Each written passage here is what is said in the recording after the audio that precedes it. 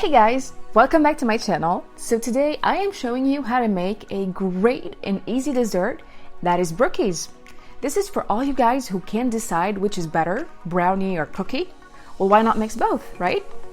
Let's start with the brownie batter. So we begin by mixing the butter and chocolate together. Here I have used milk chocolate, but you can use dark chocolate if you prefer as well, that's totally fine.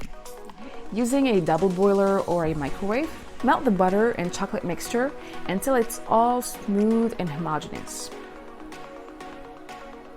You can stir continuously with a spatula for a better result and an evenly melted mixture.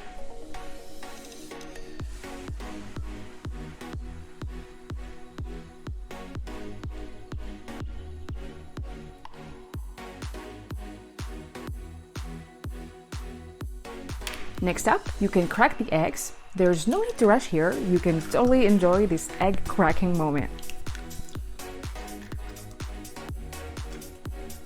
So you want to whisk the eggs together first, and then add in the sugar and keep whisking.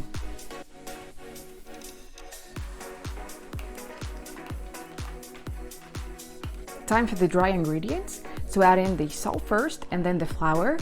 I recommend you sieve the flour to avoid any lumps in the dough later on.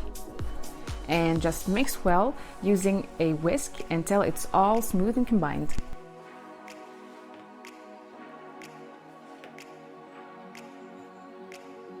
Now it's time to pour the chocolate and butter mixture we have melted earlier and just keep stirring using your spatula.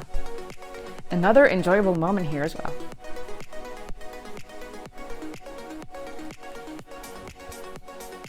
That's really all you have to do. The brownie batter is now done, and this is all incorporated very well.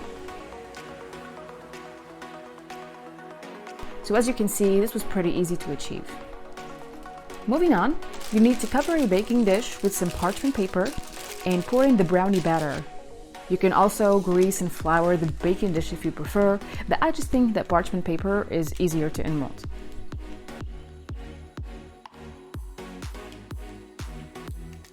You can set this aside while we move on to the next step. The cookie dough.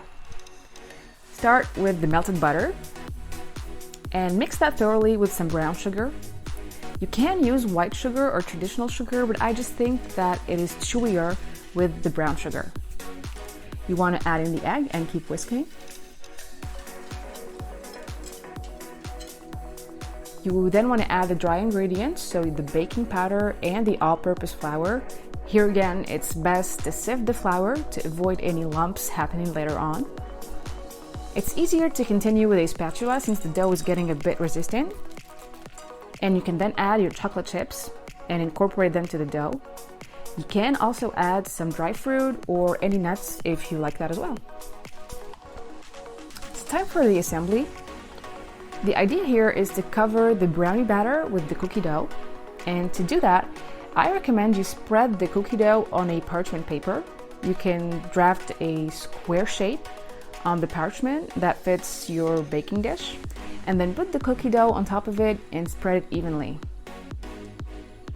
You can cool the cookie dough a bit before placing it on top of the brownie batter, but that's really optional. To spread the cookie dough, you can of course use an offset spatula, or simply you can replace that with a spoon if you don't have the offset spatula. So now this part can get a little bit messy, but don't worry, it will bake just fine. You need to flip the parchment paper over the brownie and then slowly remove it to release the cookie dough. To finish it off, you can slightly even it with an offset spatula.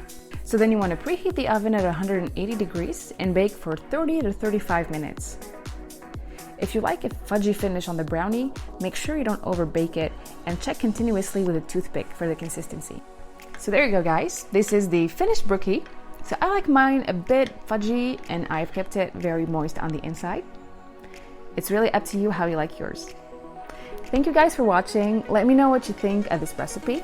If you want to be the first to see my next recipes, make sure you hit the subscribe button. See you guys next week, and as always, bon appetit!